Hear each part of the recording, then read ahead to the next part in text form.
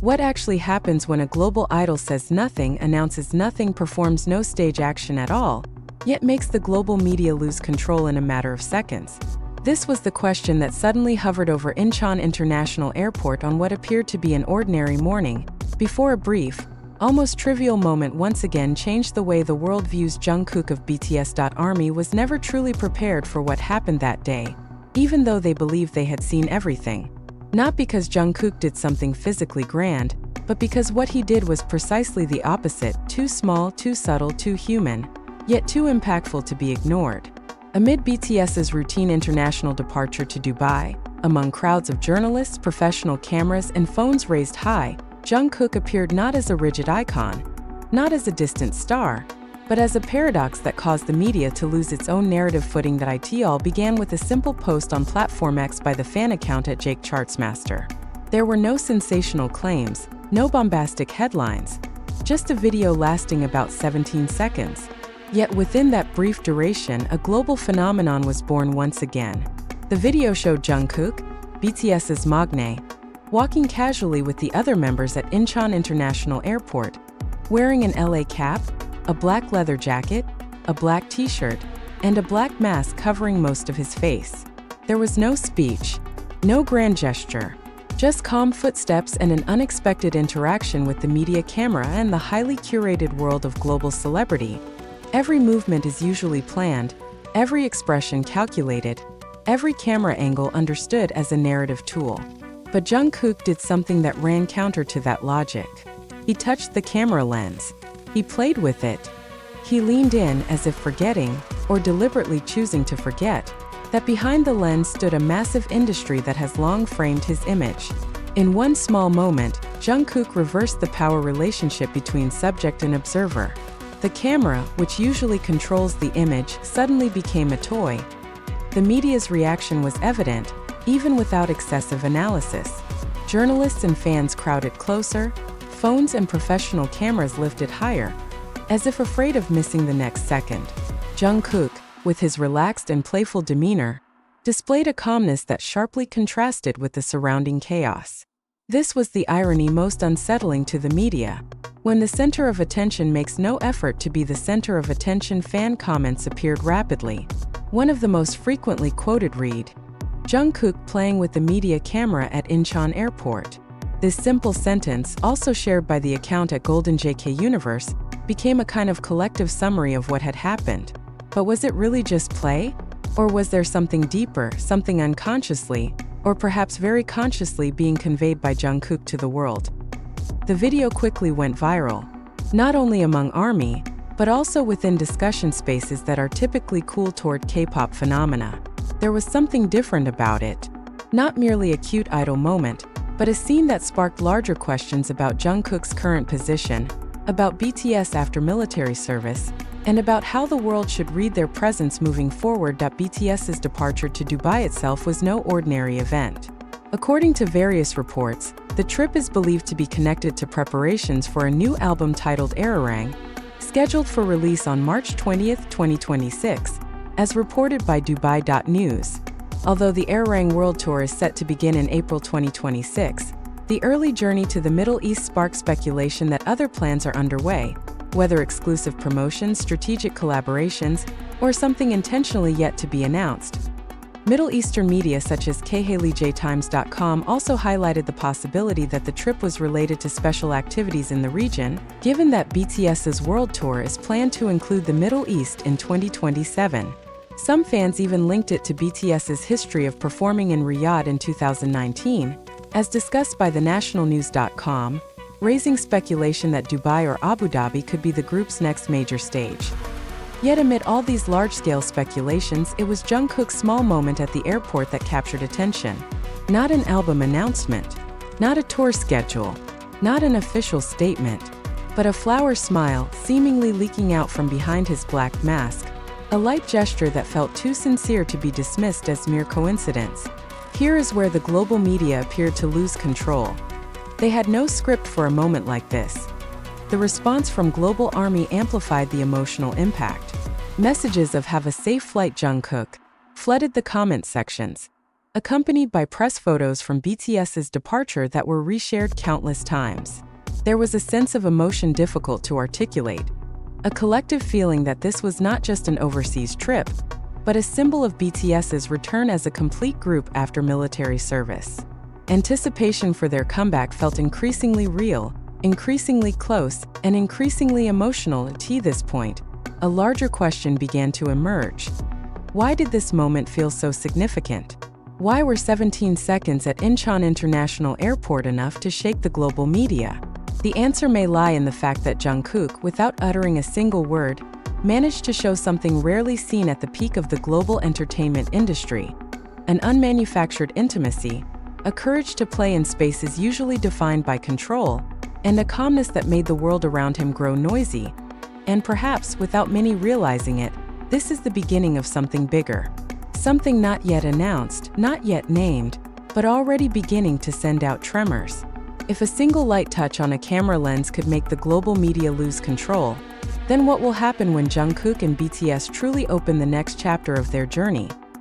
That question now hangs in the air, just like the cameras raised high at Incheon that day, waiting, recording, and hoping not to miss the next moment. If Incheon International Airport has long been known as a sterile, controlled, and almost mechanical transit space for global celebrities, then what happened with Jungkook that day felt like an anomaly that disrupted the entire order. The media arrived with clear expectations: to record, archive, and then present visual fragments they had mastered for years. Yet within seconds, those expectations collapsed. Not because of physical chaos, but because of a chaos of meaning. Jungkook did not avoid the cameras, nor did he pose for them. He did something far more unsettling to the logic of modern media. He treated the camera as a neutral object, not as an instrument of power. When his hand touched the lens, when he appeared to play with it, a symbolic shift occurred that is difficult to explain using conventional journalistic language. Media outlets that usually control the framing suddenly became the ones being played with, and the world witnessed it in real time. This is why the 17-second video felt far longer than its actual duration. It was replayed, slowed down, analyzed, and infused with emotional context by millions of eyes. Accounts such as at Jungkook Indonesia and at Golden JK Universe flooded timelines with visual clips, screenshots, and personal narratives that reinforced one dominant impression: Jungkook looked happy. And it was precisely this happiness that became the center of the media's unease. In the global entertainment industry, happiness is often presented as an outcome, not as a process. An idol is allowed to look happy when receiving awards, during massive concerts, or at official announcements. But Jungkook's happiness at Incheon appeared in a transitional space, between schedules, in a place that usually carries no dramatic value. It was not supposed to be a major moment, yet that is exactly why it could not be ignored. International media began reacting in uneven ways. Some attempted to reduce it to fan service, a safe term often used to neutralize emotional phenomena. But public response did not follow that path. Global Army interpreted the moment as something more personal, more intimate, and more honest. The phrase "have a safe flight, Jungkook," flooding social media was not merely a travel wish. It was a collective expression of a bond being reforged after a long period of separation caused by military service. This is where the post-military service context becomes crucial. This was not Jungkook in a routine promotional phase. This was Jungkook returning to the public sphere with BTS as a complete group, carrying expectations that are nearly inhuman in weight. The world is waiting for a comeback. The world is waiting for the album Arirang. The world is waiting for the Arirang World Tour. Yet Jungkook appeared without bringing answers to that anticipation. He brought only himself. The departure to Dubai added another layer of mystery that was impossible to ignore. According to reports from Dubai.news, the trip is believed to be connected to preparations for the album Arirang, scheduled for release on March 20, 2026. Meanwhile, KHaleyJTimes.com highlighted the possibility of promotional agendas or special activities in the Middle East, given that BTS's world tour will only begin in April 2026, and the region is slated to be included in the 2027 tour route. Speculation spread rapidly, creating tension between what is known and what has yet to be revealed.